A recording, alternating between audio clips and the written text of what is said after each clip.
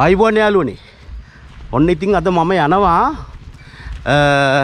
පොඩි වෙනස්ම වැඩක් බලන්න. ඒ කියන්නේ ඉතින් අපි හැමදාම කෑම බීමනේ කෑම හදනවා කෑම කනවා. අද මට හිතුණා මේ අපි ඔය කෑම ඒ වගේ දේවල් හදන්න ගියාම ඔය වළම්පිකන් එහෙම අපට ගොඩක් ඕන වෙනවනේ. ඉතින් කොහොමද ඒව හදන්නේ කියලා බලන්න. මම මේ ඉන්න හරියේ ඒ කර්මාන්තේ ඉතාමත් හොඳට කරන ගම්මානයක් තියෙනවා කියලා මට පොඩ්ඩක් එක්කෙනෙක් කිව්වා. හැබැයි ඉතින් තනියම යන්න බෑනේ. කවුරු හරි හිටියනම් පොඩි විස්තර ටිකක් එහෙම අහගෙන ඔයාලට ඔක්කොම පෙන්වන්න තිබ්බා. ෂා. නියම 12 පාරකුත් ගලනවා අර. බලමු. මට කිව්වා ටිකක් මාටින් කියලා මාමා කෙනෙක් ඉන්නවා කියලා. බලමු යාව කොහොම හරි හොයා ගන්න ඕන. මාමා කෙනෙක් නම් එනවා. මේ මාමේ. ඔව්.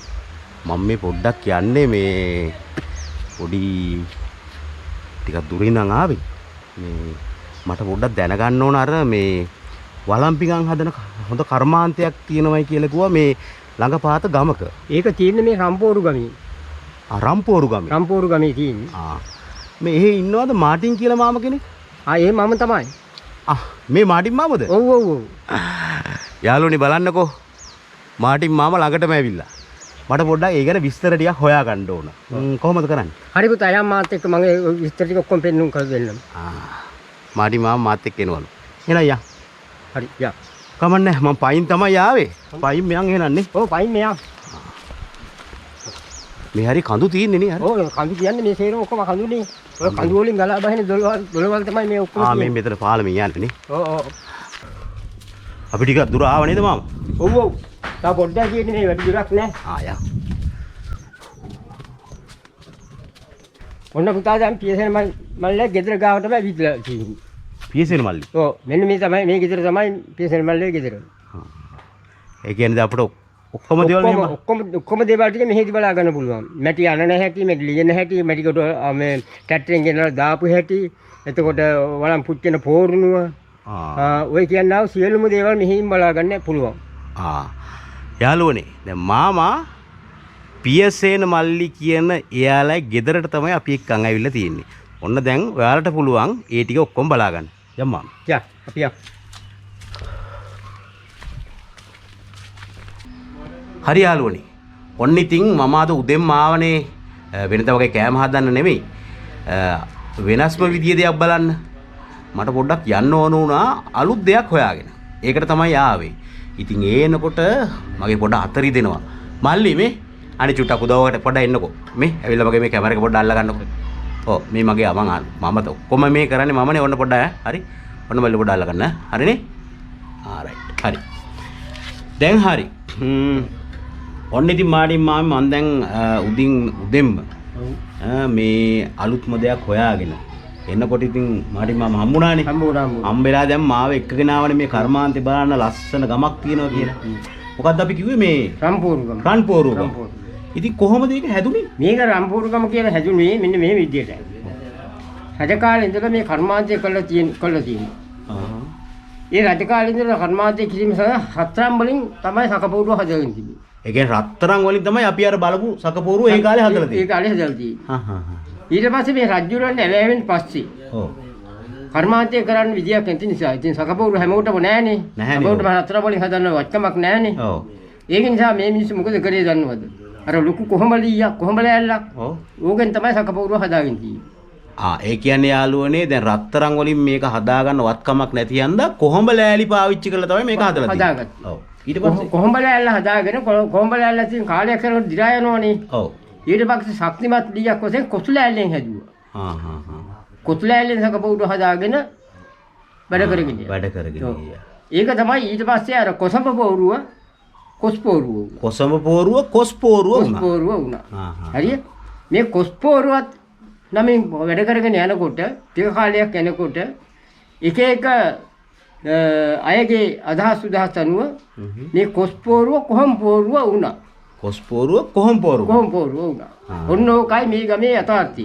ඒ කියන්නේ මුලින්ම රන්පෝරුව ගම ඊළඟට කොසම්පෝරු ගම ඊළඟට මේ කොස්පෝරුගම කොස්පෝරුගම ඊට පස්සේ කොහොම්පෝරුගම කොහොම්පෝරුගම. ඉතින් යාළුවනේ ඔන්න ඒ විදිහට තමයි මේ දේවල් ජනප්‍රවාදේ මාරු වෙවි එන්නේ. හරි. මාටින් මාමේ. ඔව්. දැන් ඉතින් අපි ඔය ඉතිහාස කතාවක් කතා කරානේ. දැන් මේ තියෙන්නේ මොනවද? මේ තියෙන්නේ මොකක්ද දන්නවද? මේ භාණ්ඩයක් මේ වලන්නේ වල. ඔව්. මේ වැඩ ඉවර කරපු මෙරක පුච්චපු වලක් නේ. ඒ කියන්නේ මේක කෙලින්ම අපට පුළුවන් වෙළඳ පොළට යවන්න පුළුවන්. ඔව්.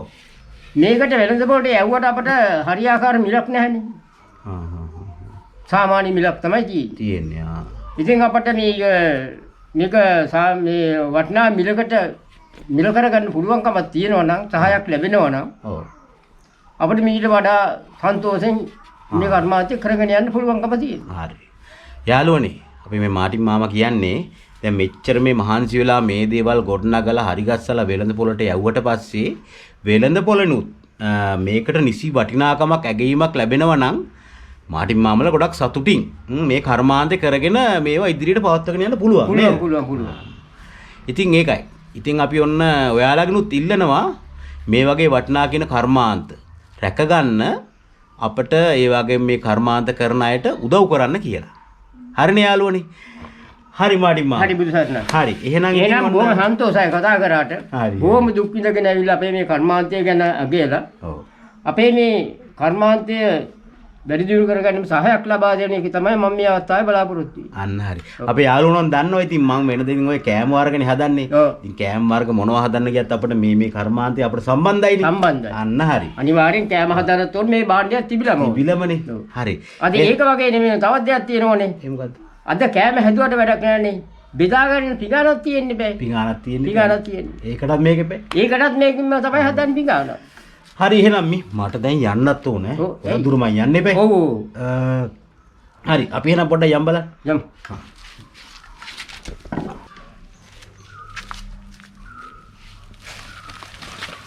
මෙන්න මේ තමයි අපි කර්මාන්තය සඳහා යොදාගන්නේ නැති.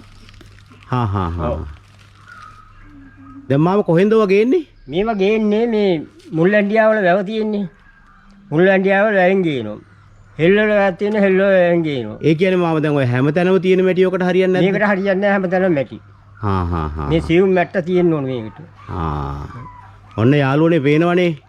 දැන් මුලින්ම මේ මැටි ටික අරන් එනවා වාහන වලින්. එහෙම ගෙනලා දාගන්නව නේ මාමා. ඔව්. දාගෙන මේ වේලෙන් වල තමයි වහලා තියෙන්නේ. හරි ඊට පස්සේ කොහෙටද යන්නේ මාමා? ඊට පස්සේ අපි මේවා ටික අරගෙන අපේ කර්මාන්තය සඳහා මේ භාණ්ඩ නිෂ්පාදනය සඳහා අපි ටික අරගෙන ඊළඟට මේ අර උණ පතුරෙන් ලියන්නේ. මේ මෙහෙම දෙකට නවලා උණ පතුරක් අරගෙන උණ පතුරෙන් තමයි ලියන්නේ. පුතාට පේනව නේද? දැන් මේ කර්මාන්තය කරන්න මේ මැට්ටික සකස් කරන ආකාරය. ඔව් මේ පොඩි ගල් කැටයක් තිබුණත් ඒක අනිවාර්යෙන් අන්න බලන්න ගල් කැට අවුස්සන හැටියන් අර සීරම අයින් කරන්න ඕනේ. පොඩි රොඩු ගැල්ලක් තිබුණත් ඒකත් අයින් කරන්න ඕනේ. ඒව අයින් කරගන්න බැරි වුණොත් භාණ්ඩේ පිච්චුවට පස්සේ සිදුරු හිටිනවා. ඒ කියන්නේ ඒක හරියට වැඩේ වෙන්නේ නැහැ. වැඩේ වෙන්නේ නැහැ. පදම් වෙලා තියෙන්නේ. ඒ කියන්නේ මේක අර මේ හඳුන් වගේ හොඳට පදම් වෙන්න ඕනේ. ඉතින් මම මේකට සෑහෙන වෙලාවක් යනවනේ. වෙලාවක් යනවා තමයි ඉතින් එහෙම තමයි බොහොම දුෂ්කරව තමයි මේ කර්මාන්තය කරන්නේ. ඔන්න බලන්න යාළුවනේ මේ කරන වැඩේ. අන්න බලන්න. මේ තියෙන ගල් කැට මේ ආන්න බලන්න. අන්න අරව සීරම ඉතින් අර පේනවනේ අරන් දාන්න හැටි. අපේ නියකණු කැඩෙන මේව ගන්නකොට ඉතින්. මොකද්ද කරන්නේ ඉතින් කරන්න දෙයක් නැහැ කොහොම හරි ඉතින් ජීවත් වෙන්නත් ඕනේ. රසා කරන්න ඕන නිසා කරන්නේ ඉතින්. ඔන්න පේනවනේ යාළුවනේ මේක මේ අතීතේ ඉඳන් එන රජ කාලේ ඉඳන් එන ඊටමත් බොහෝම වැදගත් කර්මාන්තයක්. ඒක අදටත් කරගෙන යන්නේ ගොඩාක් වෙහෙස මහන්සියෙන්. මේ රජ කාලේ ඉඳලා මේ කර්මාන්තය තිබිලා තියෙනවා මේ. මාමා අපි දැන් ඊළඟට මොකද්ද බලන්න යන්නේ? ඊළඟට දැන් බලන්න අවශ්‍ය වෙනවනේ අර මැටි පදම් කරපු ආකාරය. පදම් කරන ආකාරය.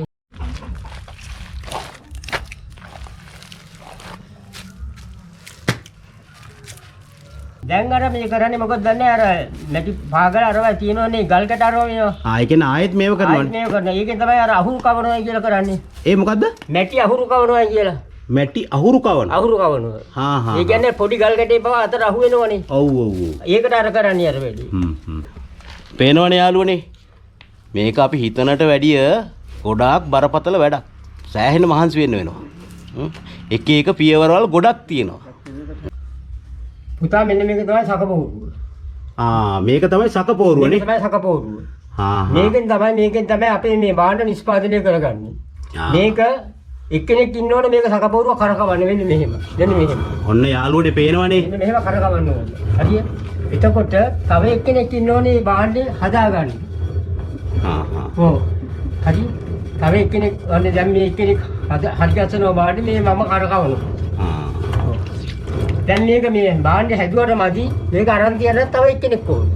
ඒ කියන්නේ 3 දෙනෙක් ඕනේ මේ වැඩේ. මේ අනිවාර්යයෙන්ම 3 දෙනෙක් ඕනේ. 3 දෙනෙක් ඕනේ කියන්නේ මේක දැන් හැදුවට පස්සේ මේක අරගෙන ඉලා අර අවුවේ තියන්නත් එපා.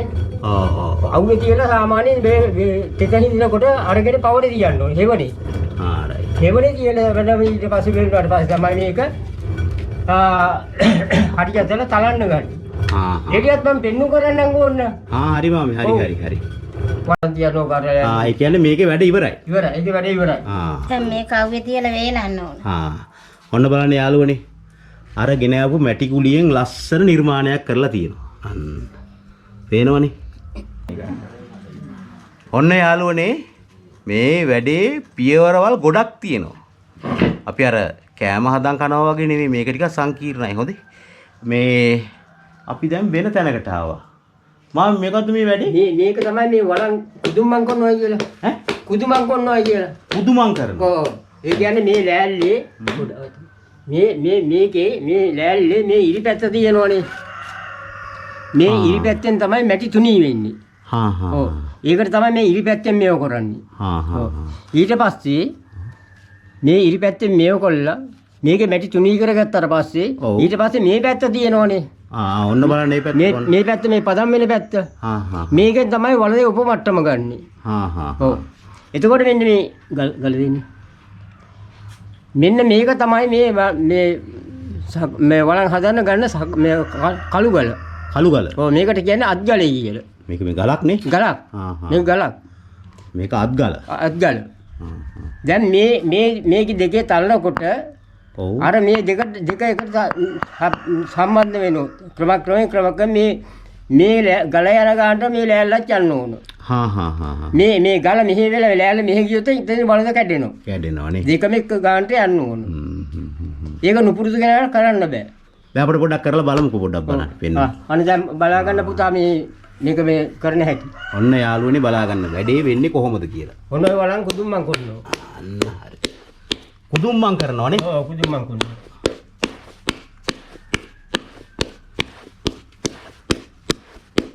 දැන් මේ පල්ල තියෙන අන පල්ල වහනවා. වලදී පල්ල වහනවා. මේක මේ අපේ අතිම්ම කරන්න ඕන වැඩක් නේ. ඕක අතිම්ම කරන්න ඕන වැඩක්. රයිට්. ඕක දැන් අන්න බලන්න දැන් අනිත් පැත්තෙන් තමයි දැන් ඉන්නේ අර ඉරි පැත්ත නැතුව. දැන් ඒක මාරු කරා පැත්ත. මාරු කරා. දැන් උපමට්ටම් වෙනවනේ. දැක්කනේ.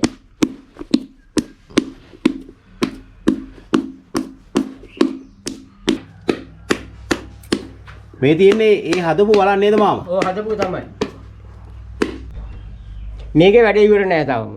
මේක තව තියෙන වැඩ. මේක තියෙනවනේ මේ අර කට්ට මේ කට්ට මකන්න ඕන. තේරුණා? කට්ට මකලා මෙන්න මේ වගේ බවට පරිවර්තනය වෙන්න ඕන. මේ තියෙන්නේ. වැඩ ඉවර. මේ වැඩ ඉවර කරපු එක. හොඳ නිමාවක් එන්න ඕන. ඔව් හොඳ නිමාවක් එන්න ඕන. හරි. ඔව්. මේක මෙහෙම වුණාම මේක මේ ටිකක් වැඩේ කිසි ඔපයක් නෑනේ. ඔව්. මේ තටින් දාලා කුට්ටිනේ. ඔව්. මේ කුට්ටි ඔක්කොම මැකෙන විදියට හරි ගසලා අර වගේ වැඩ නිම කළා තියන්න ඕන පැත්තකින්. ඊට පස්සේ තමයි මොකද්ද පෝරණේට. ඊට පස්සේ පෝරණේට යන්නත් මේ එහෙම බෑ මේ තෙත පිටින් බෑ. වේලන්න ඕනේ. වේලන්න ඕන. මේක පෝරණයකට වාහන නිෂ්පාදක අඩු ගන්න මාසෙකමාරක් විතර යනවා.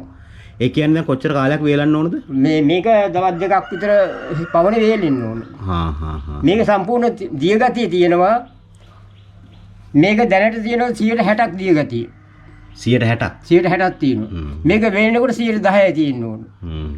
10% තෙතගතිය තියෙද්දි තමයි පෝරණිය අඩු කරන්නේ. උදාහරණ පේනව නේද? අර වල් එක වැඩ අවසන් කරන ක්‍රමය.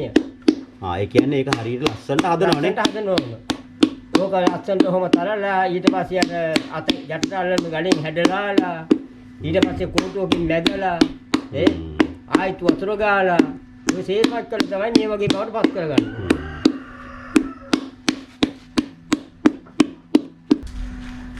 මේ මොකද්ද මේ? මේක තමයි පෝර්ණුව කියන්නේ. අපේ වළම් පුච්චන පෝර්ණුව මේක. පෝර්ණුවනේ. ඔව්. ඉතින් මේකේ මොකද්ද වෙන්නේ මාමා? මේකෙන් වෙන්නේ මොකද දන්නේ අර දැන් අපි අර බැලුවා නේද අමු භාණ්ඩ වගේක්. ඔව් ඔව් ඔව්. ඒ භාණ්ඩ අර 10%ක් වතුර සෙතමනේ තියෙද්දි ඔව්. වේරුණාට පස්සේ මේ පෝර්ණුවේ අඩුක් කරනවා. හා හා. අඩුක් කරන ක්‍රමය තමයි මෙන්න මේක. මෙන්න මේ ක්‍රමයට අඩුක් වෙන්නේ. අපි හිතන්නේ මෙහෙම.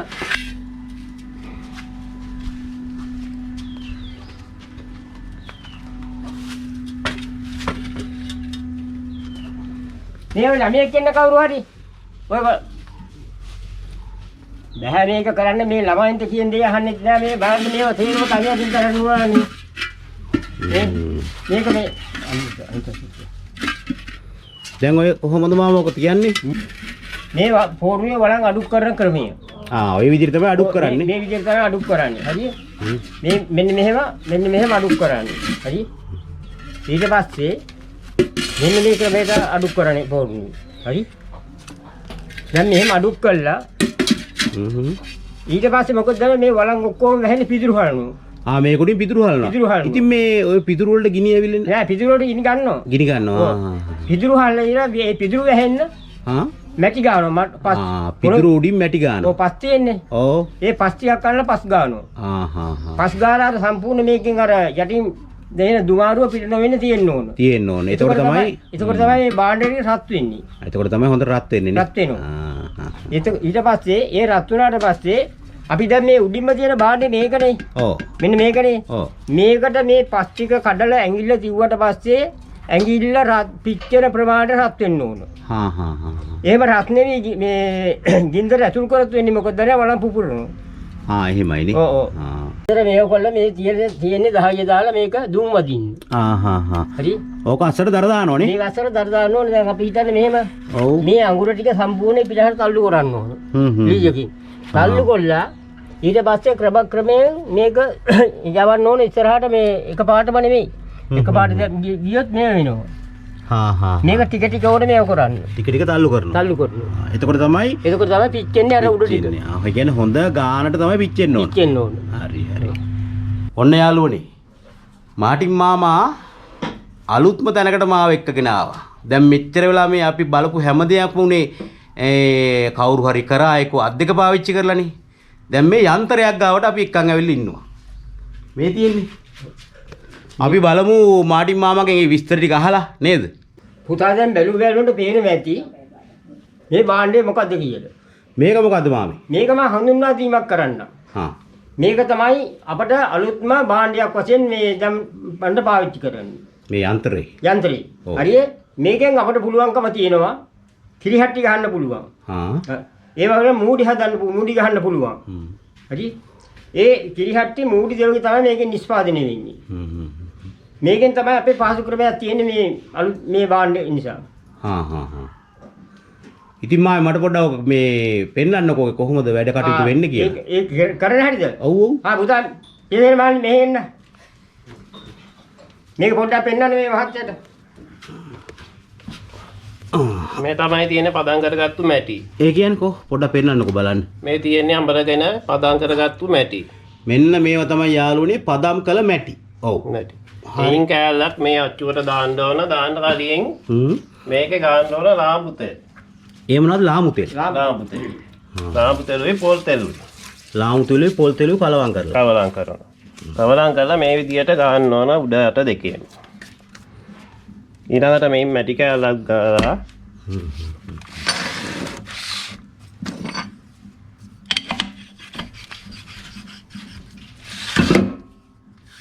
මේ මැෂින් ආවේ සාමාන්‍යයෙන් දැන්ට අවුරුදු කීයකට වගේ කලින්ද?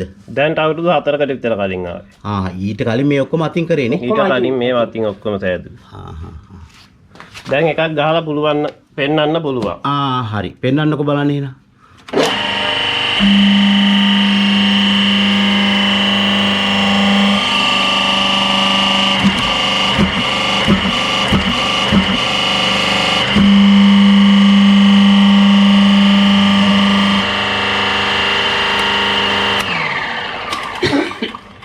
අන්න යාළුවනේ.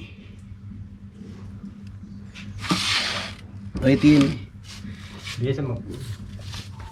අද කියන. උන්වත් තමයි පුතා මූඩියේ කියන්නේ. මේක තමයි මූඩියනේ. මූඩිය. දැන් ඉතින් මේක හරි පහසුයි. ඔව් හරිම පහසු යන්න බලන්න. අර තියෙන්නේ. ඒ මොකද්ද කරේ? ඒ අර මේ මේ කෝපෙන් තියන්න ඕන වේලෙන්. මේක කැඩෙනවනේ. මේකනේ. ඔය ඒක කැඩෙනවට අර. ඒක වේලුවට පස්සේ මේක කරන්නේ. ඔන්න යාළුවනේ මැටි පහන් අච්චුව. මේකෙන් තමයි අපි මැටි පහන් ගහලා විකුණන්නේ. මේකෙන් තමයි මැටි පහන් හදන්නේ නේද? ඔව් මේ පේනවනේ මේ මේක වැඩ කරන හැටි. පොඩ්ඩක් අනේ පෙන්නන්නකෝ. ඔය මේ හදලා පෙන්නන්න බලන්න මැටි පහන. ඒ මොනවද දැම්මේ? ඔය මැටි. පදම් කරගත්තු අර පදම් මැටි. කරු මැටි.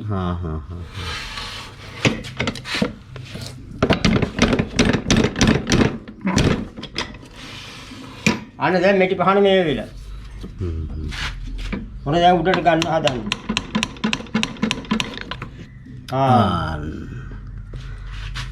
අන්න ලස්සනට ආව මැටි පහන.